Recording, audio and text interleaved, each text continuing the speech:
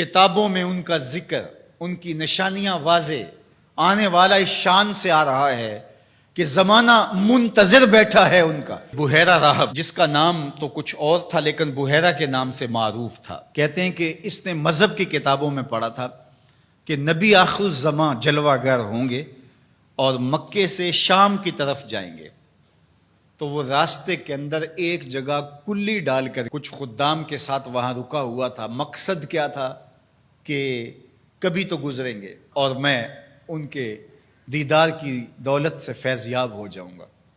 مذہب کی کتابوں میں ساری نشانیاں اس نے پڑھ رکھی تھیں۔ وظیفہ کیا کرتا ہے یہاں بیٹھ کے؟ صبح ہوتے ہی مکان کی چھت پہ چڑھ جاتا ہے، اپنی اس کٹیا کے اوپر چڑھ کر کے حجاز کی طرف آنے والے قافلوں کی راہیں تکتا ہے۔ قافلے گزر جاتے ہیں، شام کو پھر نیچے آ جاتا ہے، اگلے دن سویرے پھر یہی عمل شروع ہو جاتا ہے۔ شب ہجر کی سختیاں کوئی اس سے جا کے پوچھے، تیری راہ تکتے تکتے جسے صبح ہو گئی، مدتیں بیت گئی، ماہ و سال گزر گئے۔ ایک دن وہ اپنے مکان کی چھت پہ چڑھا ہی تھا تو ایک قافلہ دکھائی دیا۔ اس نے کیا منظر دیکھا کہ دائیں بائیں کے درخت سجدہ کنا ہیں۔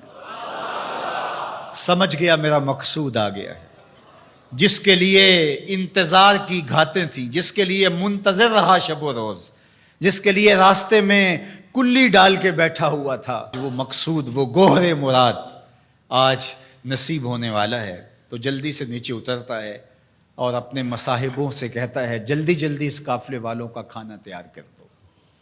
کہا کہ پہلے بھی قافلے گزرتے ہیں، یہاں رکتے بھی ہیں، آپ نے کسی کو پوچھا بھی نہیں ہے۔ کہا بس آج کسی کی طفیل ان کو کھانا دیا جا رہا ہے۔ یہ قافلہ جب قریب پہنچا اور انہوں نے پڑاؤ کیا، اس کی کٹیا کے قریب بہت بڑا ایک درخت تھا، وہاں رک گئے۔ تو اس نے میسج بھیجا کہ آج دوپہر کا کھانا تمہارا میرے ساتھ ہوگا، آج تم میرے مہمان ہو۔ یہ بہت خوش ہوئے کہ ہم پہلے بھی گزرتے تھے، یہاں رکتے بھی تھے، اس نے کبھی پوچھا بھی نہیں تھا، آج خاص پذیرائی ہے۔ کھانے کا وقت ہوا تو وہ آیا، اور جس طرح وہ لوگوں کے مجمع میں کسی کو ڈھونڈ رہا ہو۔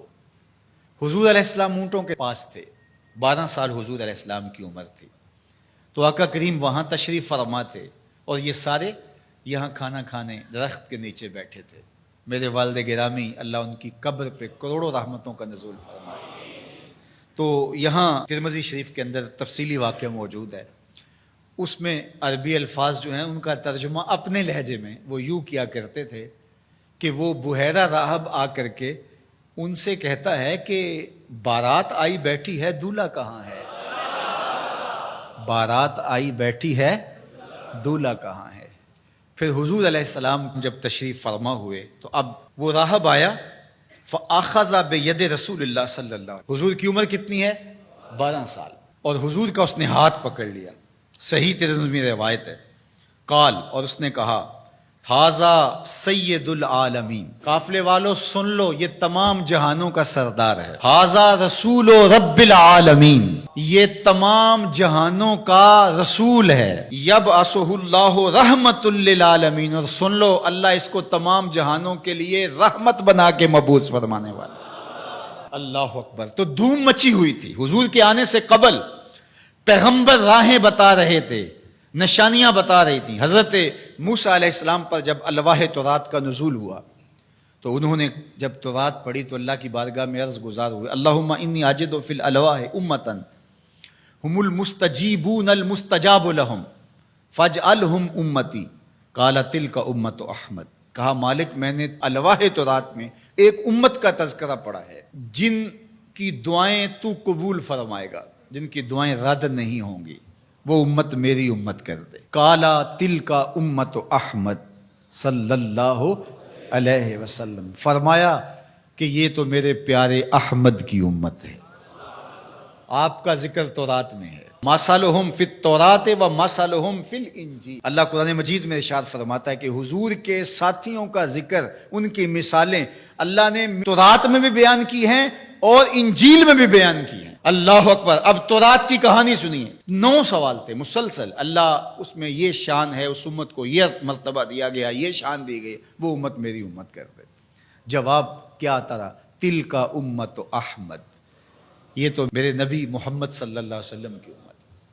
تو جب 9 مرتبہ یہ سوال کر چکے تو پھر حضرت موسیٰ نے کیا عرض کی؟ اللہم اجعلنی من امت احمد. اللہ وہ امت میری امت نہیں بناتا، مجھے اس کی امت سے کر دے. چوں بشانش نگاہ موسیٰ کرد شدن از امتش تمنا کرد. جب حضرت موسیٰ نے ان کی شانیں دیکھیں تو خود آرزو کی مالک مجھے اس نبی کی امت سے کر دے. پیغمبروں نے آرزویں کی، 12 نبیوں کی آرزویں مختلف کتب میں موجود ہیں جنہوں نے یہ تمنا، یہ آرزو کی. یار ہم نے کوئی آرزو تو نہیں کی تھی، ہم نے کوئی منتیں تو نہیں مانی تھی، ہم نے کوئی وظیفے تو نہیں پڑھے تھے، ہم کوئی دعائیں تو نہیں کرتے رہے کہ یا اللہ اس نبی کی امت سے کر دے. ہماری آنکھ کھلی، مقدر جاگا. ہمارے والد صاحب مسجد سے مولانا کو بلا لائے، اس نے کان میں آ کے کہا مبارک ہو تو حضور کا غلام بن کے آ رہا ہے. شاہوں سے ملا ہے نہ تونگر سے ملا ہے، اللہ کا عرفان اسی در سے ملا ہے. اوروں کو ملا ہے تو مقدر سے ملا ہے، مجھ کو تو مقدر بھی تیرے در سے ملا ہے. یہ میرے اور آپ کے بخت کے ہم حضور کی امتی. میرے والد گرامی جھوم کے پڑھا کرتے تھے محمد جانے جانا ہے پیغمبر ہو تو ایسا. محمد جانے جانا ہے پیغمبر ہو تو ایسا ہو، رسولوں کی بشارت سے مبشر ہو تو ایسا ہو، امر توقیر کا سب کو موکر ہو تو ایسا ہو، کیا ہم کو غلام ان کا مقدر ہو تو ایسا ہو. کیا ہم کو غلام ان کا مقدر ہو تو میری خوش قسمتی میں تیرا امتی. بری نازم کے ہستم امتے تو گناہ گارم و لیکن خوش نصیبم. میں اس بات پہ ناز کرتا ہوں کہ حضور میں آپ کا امتی ہوں، گناہ گار ہوں لیکن خوش نصیب ہوں. تو ساری زندگی بھی اس نعمت کا شکرانہ ادا کرتے رہیں، حق کے شکر ادا نہ ہو پائے.